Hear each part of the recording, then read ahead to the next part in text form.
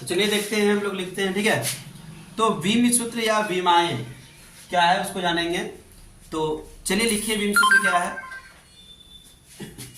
किसी भौतिक राशि को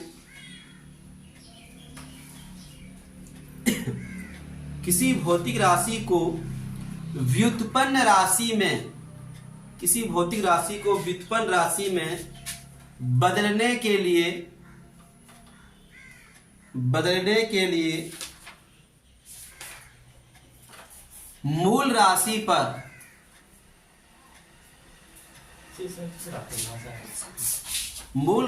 पर अर्थात मात्रक पर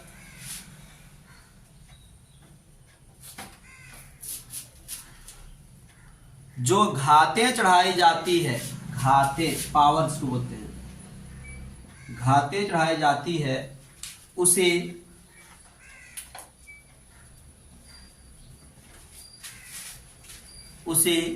विमाएं कहते हैं।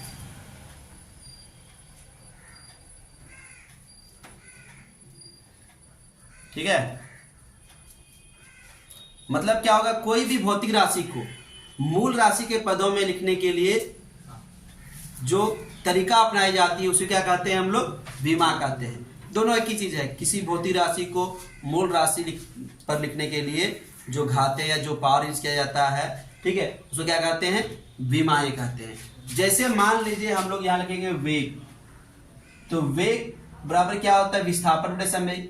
तो इसका यूनिट क्या हो गया, मीटर पर सेकेंड। तो मीटर के लिए पावर क्या मीटर के लिए हम लोग प्रतीक चिन्ह क्या लिख सकते हैं, एल, और सेकेंड के लिए क्या लिख सकते हैं, टी लिख सकते हैं। तो एल टी माइनस 1। देखिए ये जो प्रतीक चिन्ह है मूल राशि का, जैसे वेग के लिए लेंथ और टाइम से मिलकर बना है, वेग मिलकर किससे मिलकर बना है, वेग लेंथ और टाइम से, लंबाई और समय से। तो लंबाई के लिए पावर क्या दिए हैं, 1 दिए हैं, समय के लिए क्या दिए, -1। इसी तरह से अगर हम लोग त्वरण के लिए लिखेंगे, एक्सेलरेशन के लिए लिखेंगे, तो क्या हो जाएगा, इसका मीटर पर सेकेंड स्क्वायर हो जाएगा। तो क्या हो जाएगा, एल टी माइनस 2, यहाँ 1 दे देंगे। बल का लिखेंगे तो क्या हो जाएगा, यूनिट होता है केजी मीटर पर सेकेंड स्क्वायर, इसका क्या हो जाएगा, एम एल टी माइनस 2, यहाँ कुछ नहीं तो 1 दे देंगे। तो यही सब पावर जो मूल राशि में, ये सब एम एल टी क्या है, मूल राशि है। क्या है, मूल राशि। उसमें हम लोग पावर चढ़ा दिए, क्या चढ़ा दिए, पावर दे दिए, घात दे दिए। ठीक है, तो यही सब घात को देना ही क्या कहलाता है, विम सूत्र कहते हैं। तो विम सूत्र को हमेशा इस तरह से लिखते हैं। ठीक है, जैसे करके इसको लिख लीजिए, जैसे करके, जल्दी से लिखिए इसको।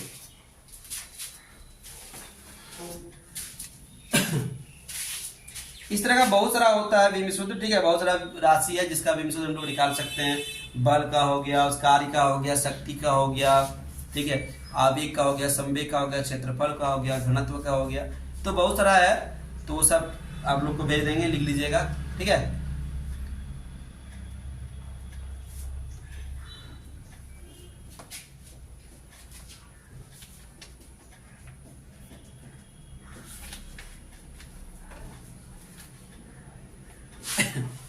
विम सूत्र के उपयोग, यूजेज ऑफ डायमेंशन, विम सूत्र के उपयोग।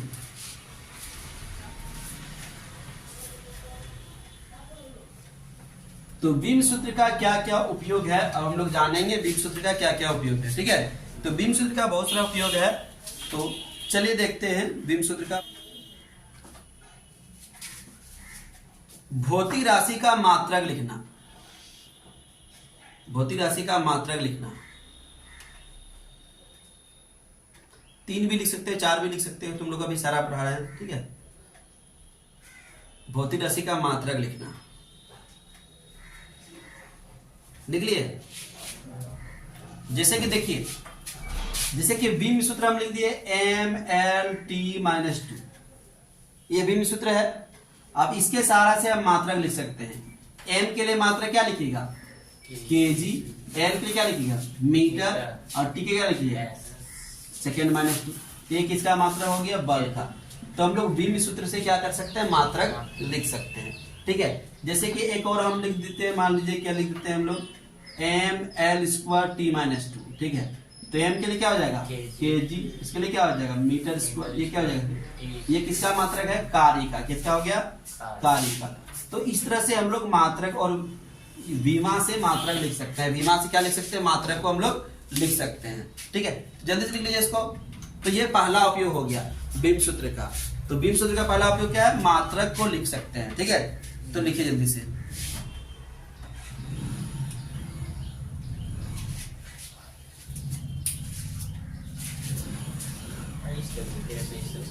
हाँ, पहला नंबर लिखे, एक नंबर लिखा। हाँ। क्या लिखा, भौतिक राशि का मात्रक लिखना। हाँ, उसके बाद ये दोनों एग्जाम्पल लिख लीजिए।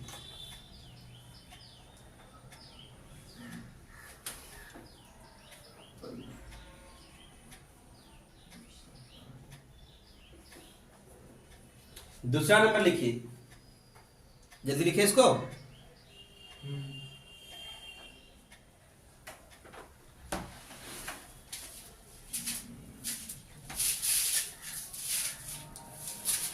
बीम सूत्र का दूसरा उपयोग देखिए, इसको मिटा दें। Yes sir. दूसरा नंबर लिखिए, किसी समीकरण की सत्यता की जांच करने में, किसी समीकरण की सत्यता की जांच करने में, किसी समीकरण की सत्यता की जांच करने में।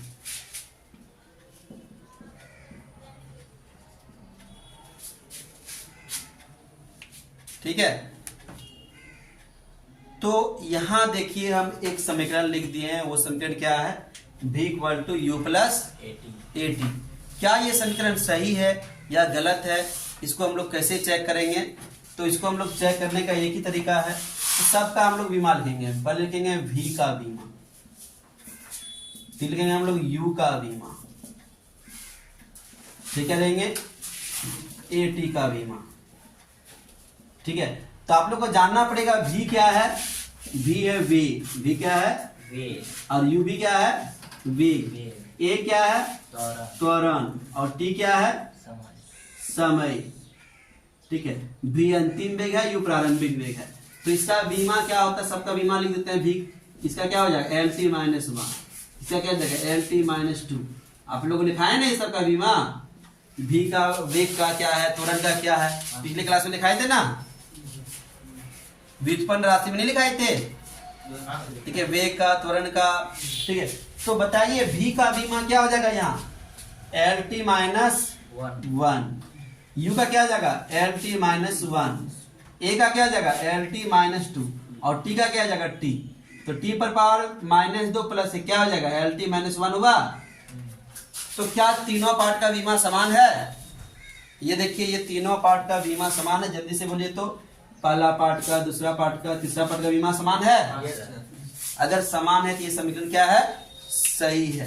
तो लिखेंगे चूंकि v का बीमा बराबर u का बीमा बराबर किसका बीमा है, ए टी का बीमा है, इसीलिए यह समीकरण सत्य है, इसीलिए यह समीकरण सही है।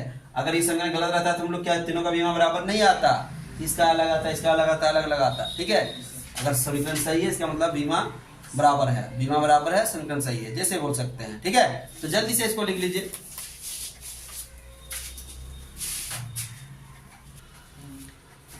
बीम सूत्र का तीसरा अनुप्रयोग लिखिए, नए समीकरण प्राप्त करने में। बीम सूत्र का तीसरा अनुप्रयोग क्या है, नए समीकरण प्राप्त करने में, यह है तीसरा अनुप्रयोग।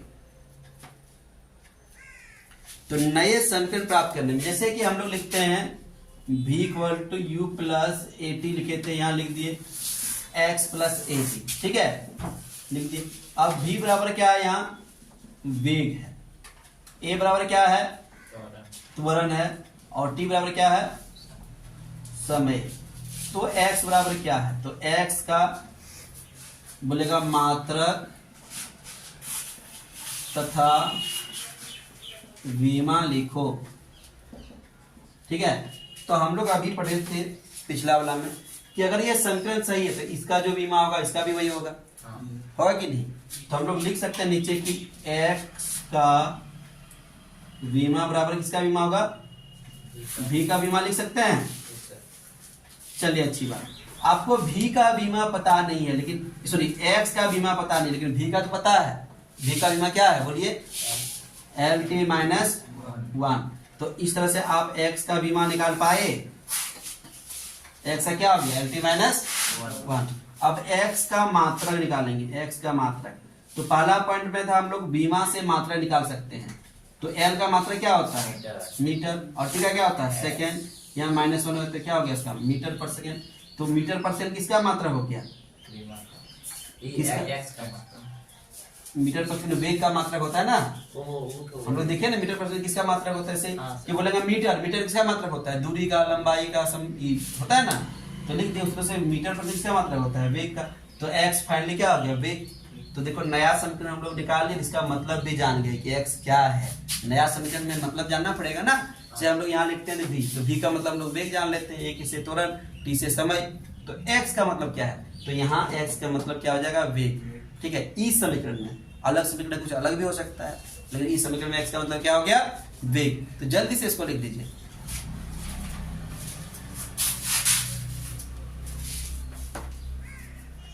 तीसरा अनुप्रयोग कितना नंबर हो जाएगा, ये चौथा नंबर ना। कितना नंबर हो जाएगा ये चौथा नंबर। लिखिए एक मात्रक पद्धति को दूसरे मात्रक पद्धति में बदलने में, एक मात्रक पद्धति को दूसरे मात्रक पद्धति में बदलने में,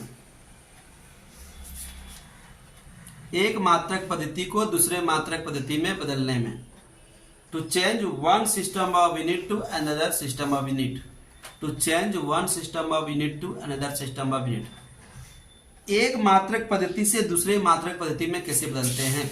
देखिए यहां देखिएगा थोड़ा ध्यान से, Q है भौतिक राशि quantity N1 U1 N2 U2। समझिए अगर आप मार्केट गए, यहां देखिएगा आप 1 kg लिए, एक लिए kg, एक क्या लिए kg, कुछ भी नहीं सकते, चीनी नमक कुछ भी लिए, 1 kg चीनी लिए। ठीक है, तुम्हारा दोस्त गया 1000 ग्राम चीनी लिया, दोनों बराबर लिया क्या अलग अलग, दोनों बराबर अलग अलग। तुम 1 kg चीनी लिया हुआ, तुम्हारा दोस्त 1000 ग्राम चीनी लिया, दोनों बराबर है कि अलग अलग है, बराबर है। तुम्हारा 10 बोरा 1000 हम लेके आए हैं, देखो तुम तो एक ही लेके आए हो, हम 1000 लेके आए हैं। तुम बोलोगे तुम केजी में लाए हो, हम केजी में लाए, तुम ग्राम में लाए हो, बात तो एक ही हुआ ना। तो ये देखिए एक सिस्टम हो गया, ये भी एक सिस्टम हो गया। तो एक सिस्टम से दूसरे सिस्टम में कैसे बदलेंगे, ये बीम सूत्र से हम लोग बदल सकते हैं। ठीक है, तो यहाँ केजी है, यहाँ ग्राम है, यहाँ 1 है, यहाँ 100। इसका संख्या कितना है 1 है, इसका यूनिट क्या है केजी है। देखिए इसका संख्या 1 है, यूनिट क्या है केजी। इसका संख्या 1000, यूनिट क्या हो गया ग्राम। तो बबुआ अगर संख्या बदलेगा तो यूनिट भी बदलेगा। ये दोनों संख्या बदल गया ना, N1 है 1, N2 कितना है 1000 है कि नहीं। तो U1 क्या है केजी, U2 क्या है ग्राम। तो वही चीज बदलना चाहते हैं, तो संख्या तो हम लोग को निकालना पड़ता है। तो अगर N2 निकालना चाहेंगे तो U2 क्या कर देंगे नीचे कर देंगे, तो N1 U1 बाई क्या हो जाएगा N1 को बाहर कर दे, U1 बाई U2 लिख दिए। तो N1 U1 में मान लीजिए हो गया, द्रव्यमान को मान लीजिए केजी में लिख दिए, लंबाई को मान लीजिए मीटर में लिख दिए, समय को मान लीजिए सेकंड में लिख दिए। ठीक है, ये दूसरा सिस्टम में मान लीजिए द्रव्यमान को लिख दिए ग्राम में। ठीक है, जैसे कि इसमें यहाँ तीर के साथ यहाँ मान लीजिए लिख दिए केजी में लिख दिए, मीटर में लिख दिए, सेकंड में लिख दिए। समझ पाए। इसमें मान लीजिए लिख दिए ग्राम में लिख दिए, सेंटीमीटर में लिख दिए, सेकंड में लिख दिए। ठीक है, तो देखिए दोनों सिस्टम अलग अलग है कि नहीं। तो इस सिस्टम से इसमें कैसे लाएंगे, तो इसी फॉर्मूला में बिठा दिए, n के बदले n लिख दिए, U1 के बदले जो है इसको सारा अलग अलग करके लिख दिए। ठीक है, द्रव्यमान को द्रव्यमान के साथ, लंबाई को लंबाई के साथ, समय को समय के साथ रख दिए। अब क्वेश्चन देखिए, 1 न्यूटन, 1 न्यूटन मतलब कितना होता है 1 किलोग्राम मीटर पर सेकंड स्क्वायर। बदलना तो इसको क्या है ग्राम सेंटीमीटर पर सेकंड स्क्वायर। ठीक है, जैसे इस केजी मीटर पर सेकंड स्क्वायर का नाम क्या है न्यूटन, क्या नाम है न्यूटन। उसी तरह से इसका नाम क्या है, इसका नाम है डाइन। क्या नाम है डाइन, क्या नाम है डाइन, डायन नहीं डाइन। ठीक है, समझ पाएगी नहीं। जैसे इसके बदले हम लोग न्यूटन लिखते हैं, इसके बदले क्या लिख सकते हैं डाइन। तो अब देखिए हम तरीका अपना दिए, इसमें क्या है केजी, तो इसमें क्या है ग्राम, इसमें क्या है मीटर, तो इसमें क्या है यहाँ भी सेकेंड, यहाँ भी सेकेंड। पावर इसमें कुछ नहीं है तो 1 पावर 1, यहाँ पावर क्या -2 लिख दिए। अब केजी और यहाँ ग्राम, तो कटेगा दोनों? नहीं कटेगा। तो इस केजी को हम लोग ग्राम में बदलेंगे। किस में बदलेंगे? सेंटीमीटर को बदलेंगे मीटर में, और सेकंड तो यही तो कटिएगा है, ठीक है।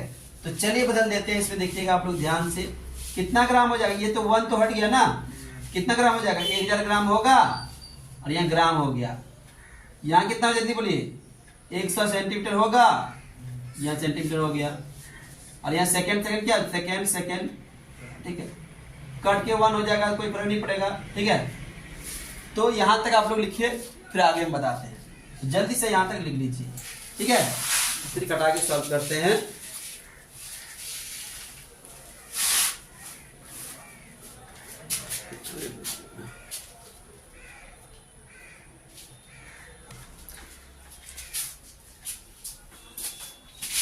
देखिए यहाँ देखिए, बोलिएगा हम लोग क्या निकाल रहे हैं? N2 निकाल रहे हैं ना।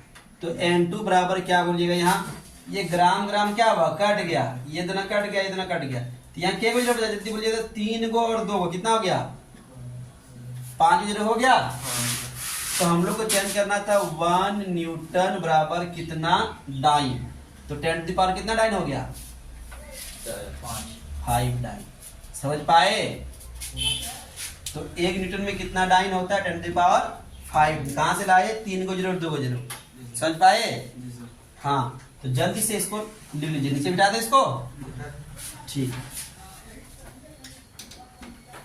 तो इसी तरह से होता है बबुआ कि 1 जूल को लिखते हैं केजी मीटर स्क्वायर पर सेकेंड स्क्वायर, और इसके बदलना है अर्ग में, ई ग्राम सेंटीमीटर स्क्वायर पर सेकेंड स्क्वायर, और इसी को क्या बोलते हैं? अर्ग बोलते हैं। क्या बोलते हैं?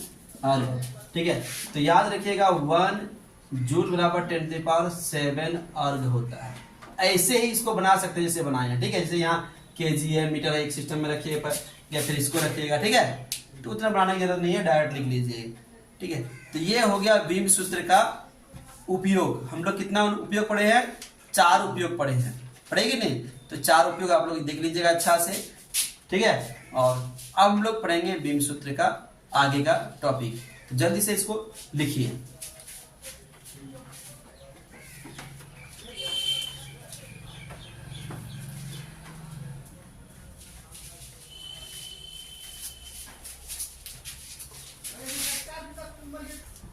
हेडिंग दीजिए विमी सूत्र के दोष।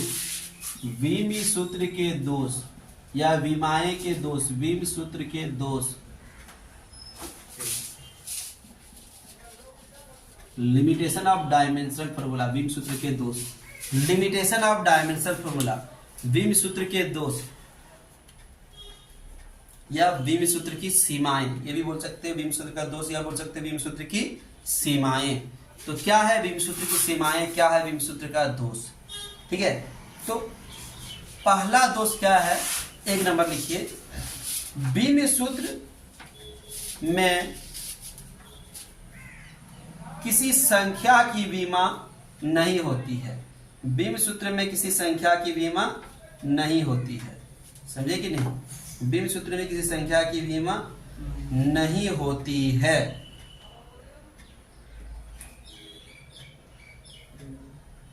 जैसे कि देखिए यहां देखिए, हम यहां लिख दिए v, और इसके नीचे लिख दिया 2v, और इसके नीचे लिख दिया tv, 3v, ठीक है। यहां देखिए 2v, 3v और v। तो इसका भी सूत्र क्या आ जाएगा? LT-1। इसका भी क्या हो जाएगा? LT-1। इसका भी क्या हो जाएगा? LT-1। अगर हम इसको ढक दे, इसको ऐसे करके हम ढक दे, ऐसे करके बोलेंगे क्या ये तीनों समान है? ये तीनों समान है? समान है कि नहीं? लेकिन ये तीनों क्या समान है? नहीं। तो ये भी सूत्र का दोष हुआ ना, कि इधर से लग रहा है देखने में समान है, लेकिन रियल में समान नहीं है। तो ये बीम सूत्र का दोष है, ठीक है। तो पहला दोष लिख लीजिएगा जैसे, ठीक नहीं, ऐसे करके लिख दीजिएगा, ठीक है। तो ये बीम सूत्र का पहला दोष है, समझ पाए?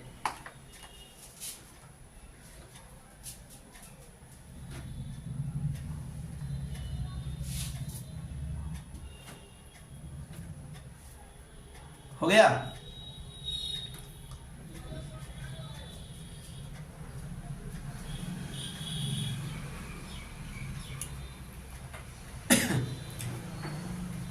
दूसरा दोष लिखिए, विम सूत्र यह नहीं बताता है कि कौन सी राशि सदिश है या अदिश है। विम सूत्र यह नहीं बताता है कि कौन सी राशि सदिश है या अदिश है।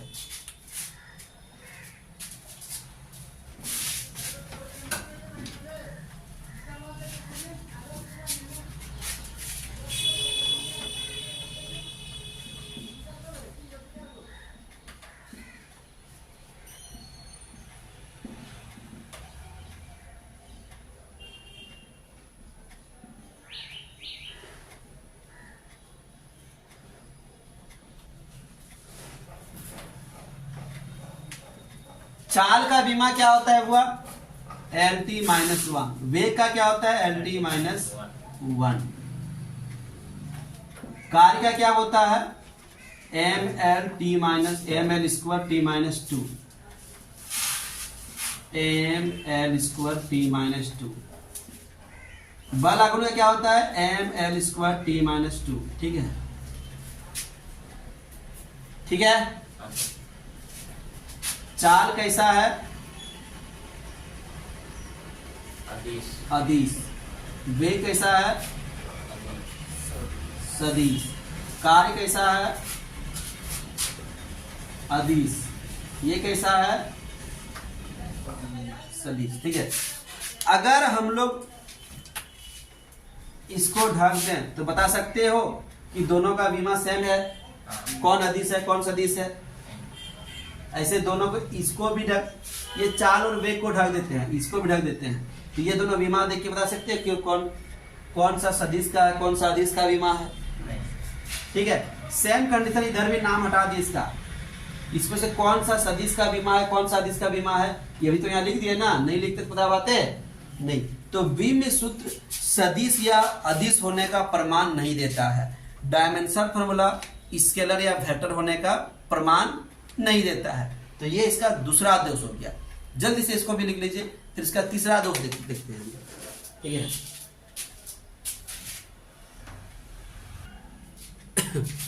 तो इसको मिटाते हैं। कितना नंबर होगा ये, तीसरा नंबर ना। तो तीसरा नंबर लिखिएगा, विम सूत्र त्रिकोणमितीय अनुपात का, विम सूत्र त्रिकोणमितीय अनुपात के लिए कोई बीमा नहीं देता है। विम सूत्र त्रिकोणमितीय अनुपात के लिए कोई बीमा नहीं देता है। विम सूत्र त्रिकोणमितीय अनुपात के लिए कोई बीमा नहीं देता है। ठीक है,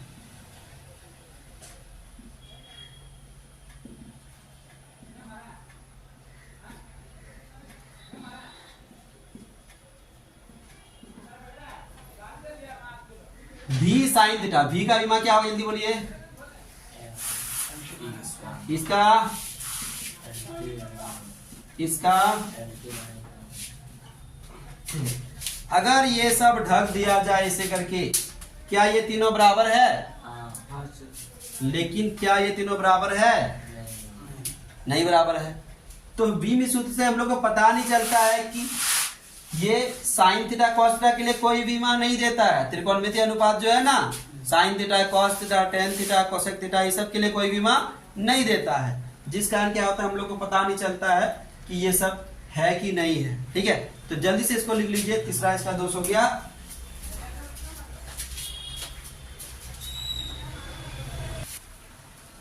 देखिए चौथा नंबर, इस विधि द्वारा ऐसे समीकरण, तुम भी लिख लो, इस विधि द्वारा ऐसे समीकरण,